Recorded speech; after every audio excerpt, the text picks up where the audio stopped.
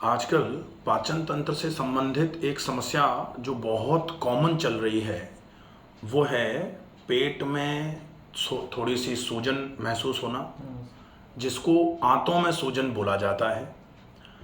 आंतों में जब सूजन आती है पेट में भारीपन लगना चालू हो जाता है। पेट हमेशा भरा भरा रहेगा, भारी भारी रहेगा। हाँ सर, बिल्कुल। खाना खा लोगे तो ऊपर का पेट फूल जाएगा और खाना खाने के 1 घंटे के बाद नाभि के आसपास का हिस्सा फूल जाएगा। हाँ सर।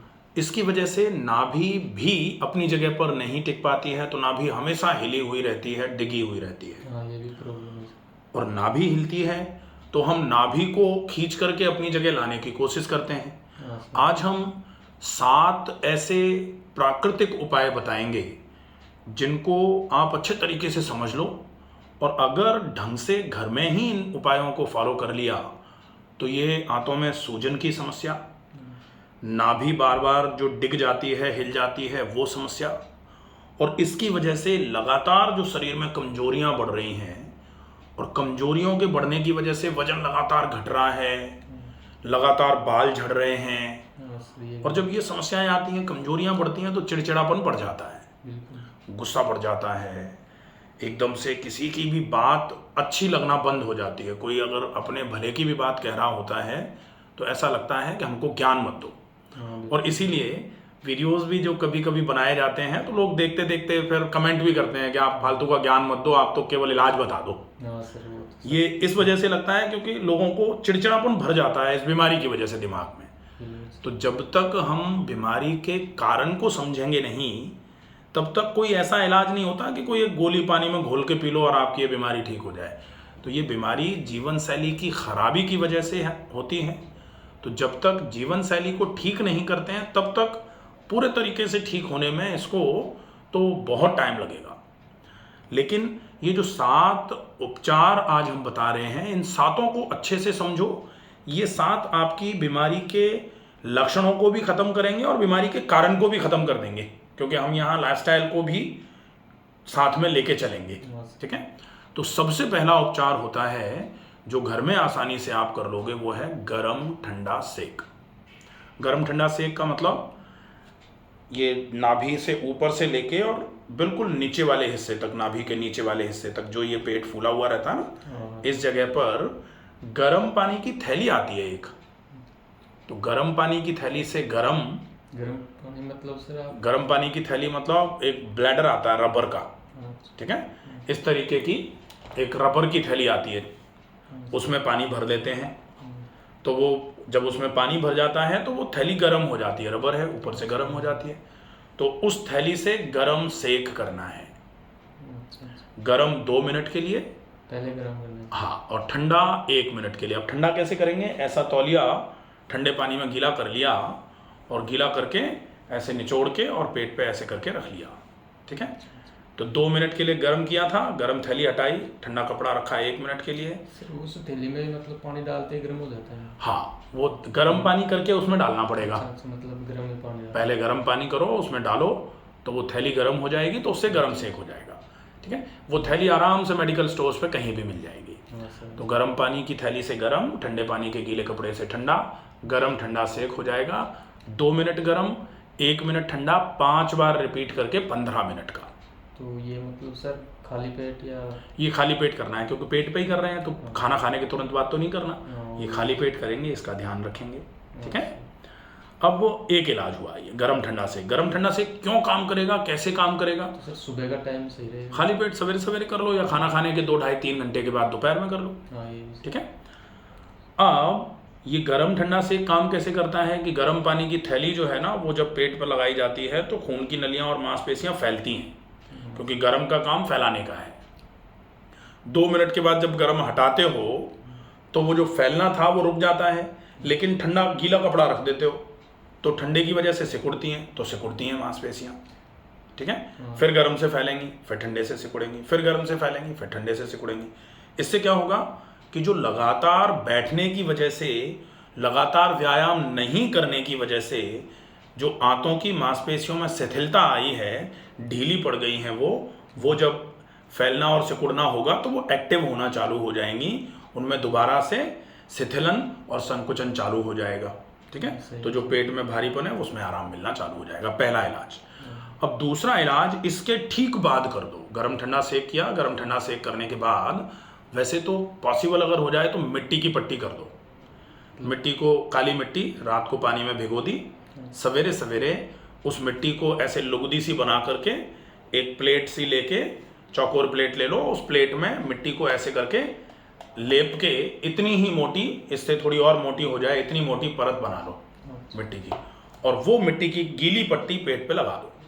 तो वो मिट्टी की पट्टी से पेट पे ठंडक मिलेगी। हाँ, सही है। तो जो अभी गरम ठंडा गरम ठंडा गरम ठंडा करा के आंतों की चाल बढ़ा ली थी, अब पेट में गर्मी रहती है, बहुत सारे लोगों को लगता है पेट में जलन लग रही है, सिर भारी, आंखों में जलन लग रही है, तो वो मिट्टी की पट्टी से गर्मी कम हो जाएगी। तो ये मिट्टी के ऊपर तो सर मतलब सेक करने के बाद, सेक करने के बाद दूसरा इलाज हो गया, ठीक है।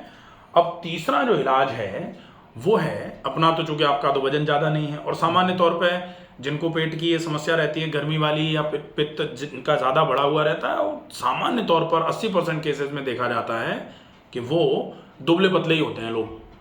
तो अपने को क्या करना है, एक टब ले लेना है, उस टब में ठंडा पानी भर लो, ठंडा मतलब सादा पानी, और उस पानी में बैठना है कम से कम 20 मिनट के लिए, अगर संभव हो जाए तो 30 मिनट के लिए, और टाइम निकल जाए तो 40 मिनट के लिए।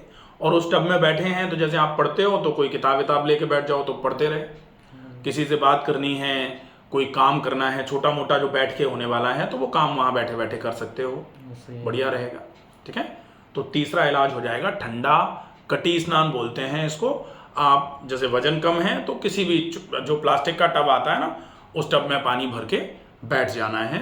तो ये हिस्सा जो है पेट वाला हिस्सा, ये पानी में जाना चाहिए, पानी में रहना चाहिए। बिल्कुल, तीसरा इलाज हो गया, ठीक है। अब चौथा इलाज जो है वो है जब भी और जो भी खाओगे उसको बहुत चबा के खाओ। कहा जाता है ना कि खाने को पिए, मतलब इतना चबा दो कि दांतों से चबा चबा के उसको रस कर दो, बिल्कुल पानी हो जाए, तब वो खाना नीचे जाना चाहिए। तब वो पचने में जल्दी पच जाएगा, आसानी से पचेगा, तो आमाशय ठीक रहेगा। पच करके आंत में जाएगा तो आंतों पे जोर नहीं पड़ेगा, तो आंतों में भी आराम मिल जाएगा। जब पच करके शरीर में लगेगा तो शरीर की कमजोरी दूर होगी, तो कमजोरी में आराम मिल जाएगा। लगेगा तो शरीर में पोषण मिलेगा, तो जो वजन लगातार कम हो रहा है उसमें आराम मिल जाएगा। और जब पोषण पूरे शरीर को मिलेगा तो बालों की जड़ों को भी मिलेगा, तो बाल झड़ने में भी आराम हो जाएगा, ठीक है। तो ये चौथा, खाने को चबाना। अब चबाना कितना, लोग कहते हैं हम तो बहुत चबाते हैं, तो बहुत बहुत भूल जाओ, आप तो गिन करके एक गिलास को 60 बार चबाओ, एक गिलास को, ठीक है, हो जाएगा। अब जो पांचवा रूटीन है वो है आप दिन भर में पानी की क्वांटिटी को 3 लीटर कर दो, ठीक है। 3 लीटर एक दिन में 3 लीटर पानी पीना है, लेकिन पानी को खाएं। पानी ऐसे पिए जैसे चाय पी जाती है, बिल्कुल धीरे धीरे आराम आराम से। वो पिया गया पानी बहुत काम करेगा, बहुत उपयोगी रहेगा, ठीक है। तो ये पानी का हो जाएगा आराम से, ठीक है। पांचवी चीज होगी। अब व्यायाम, ये सब नियम में आ रहा है। खाना पानी तो अपन कह रहे थे ना कि बीमारी को जड़ से खत्म करेंगे। सर खाना जैसे मतलब पाचन तंत्र कमजोर है, तो उसमें मतलब खाना की जो लिमिट है वो भी तो फॉलो करें। खाने की लिमिट का मतलब होगा कि आप जो भी खा रहे हो, जितना ज़्यादा चबा के खाओगे तो आप ज़्यादा क्वांटिटी में अपने आप ही नहीं खा पाओगे। हमने बहुत रेस्ट्रिक्टेड करके कुछ ही नियम बता रहे हैं ना। तो एक गिलास को 60 बार चबा के खाओ, क्वांटिटी तो ज़्यादा खा ही नहीं पाओगे। ये ज़रूर है कि कोशिश ये करो कि जैसे पूड़ी को भी 60 बार चबा के खा सकते हो, आलू के पराठे को भी 60 बार चबा के खा सकते हो, और मोटे आटे की रोटी और लौकी की सब्जी को भी 60 बार चबा सकते हो। तो पहले शुरुआत करेंगे मोटे आटे की रोटी, कम मात्रा में मिर्च मसाले वाली उबली हुई सब्जी से। यहाँ ये जल्दी पच जाएगी, तो भोजन में इसका ध्यान रख लेना है। खाने में भी सर जैसे मतलब हल्का खाना या फिर हल्का खाना, भाई मोटे आटे की रोटी और उबली हुई सब्जी मतलब हल्का खाना, ठीक है। जैसे मतलब सर चावल दाल वगैरह है, दाल मूंग की दाल खा सकते हो, मसूर की दाल खा सकते हो। कोशिश करो अरहर की दाल, जिसको तुअर की दाल बोला जाता है, या उड़द की दाल, या चने की दाल, या राजमा छोले, ये सब बिल्कुल भी नहीं खाने, क्योंकि इनको पचने में बहुत टाइम लगता है। इनको पचाने के लिए पाचन तंत्र बहुत मजबूत होना चाहिए, अपना तो पाचन तंत्र कमजोर है। तो कमजोर पाचन तंत्र पे भारी खाना खा लेंगे तो वैसे भी नहीं पचेगा, ठीक है, क्लियर है। अब कोशिश करो व्यायाम। तो व्यायाम में आपसे जितना हो जाए, जो हो जाए, सबसे बढ़िया व्यायाम होता है 40-50 मिनट टहल लो, वो भी धीमी गति से, ठीक है। और फिर अनुलोम विलोम प्राणायाम कर लो और डीप ब्रीदिंग कर लो। तो व्यायाम में 3 ही चीज़ें कर लो, टहलना, अनुलोम विलोम, डीप ब्रीदिंग। ये 3 चीज़ें अगर हो जाएंगी डेफिनेटली बहुत अच्छा आराम हो जाएगा, कोई दिक्कत नहीं। प्राणायाम में मतलब स्टेप कौन सी? अनुलोम विलोम और डीप ब्रीदिंग। तो अनुलोम विलोम का मतलब होता है बाईं नाक से श्वास को भरना, दाईं से छोड़ना, फिर दाईं से भरना, बाईं से छोड़ना, ये अनुलोम विलोम हो गया। डीप ब्रीदिंग मतलब लंबी गहरी श्वास भरना और भरी गई श्वास को धीरे धीरे करके छोड़ना। इन दोनों के वीडियोस हैं, इन दोनों के वीडियोस को अच्छे तरीके से देख करके ढंग से फॉलो कर लेंगे।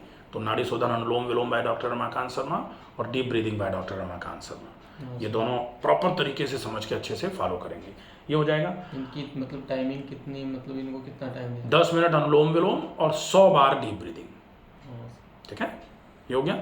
अब एक लास्ट 7वें नंबर की चीज़ जो है वो है अपने को शाम का खाना ये विशेष ध्यान रखना है कि सोने के 3-3.5 घंटे पहले खा लिया जाए।